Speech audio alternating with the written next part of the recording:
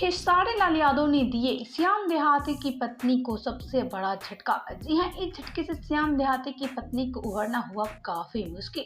तो जी हां, वीडियो में आगे बढ़े उससे पहले आप वीडियो को लाइक कर ले और चैनल को सब्सक्राइब कर ले। तो चलिए बिना देरी किए वीडियो में आगे बढ़ते हैं और आप सभी को बताते हैं।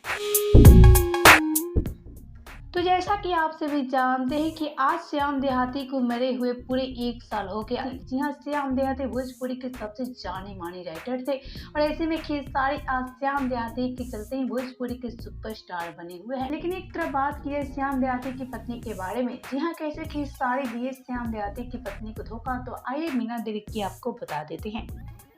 तो हम आपसे एक बता दें कि श्याम देहाती के मौत के बाद से खेसारी श्याम देहाती की पत्नी से किए थे सबसे बड़ा वादा। जी हाँ, खेसारी उनके परिवार का खर्चा उठाने का वादा किए थे, लेकिन आज खेसारी इस वादे से चूक गए और ऐसे में आज खेसारी इनके परिवार का पालन पोषण नहीं कर रहे हैं और ऐसे में इनकी पत्नी काफी ज्यादा नाराज भी है। जी हाँ, उनकी पत्नी का कहना है कि मुझे खेसारी से ऐसी उम्मीद नहीं थी। जी हाँ, खेसारी वादा करके ऐसे भूल भी सकते हैं।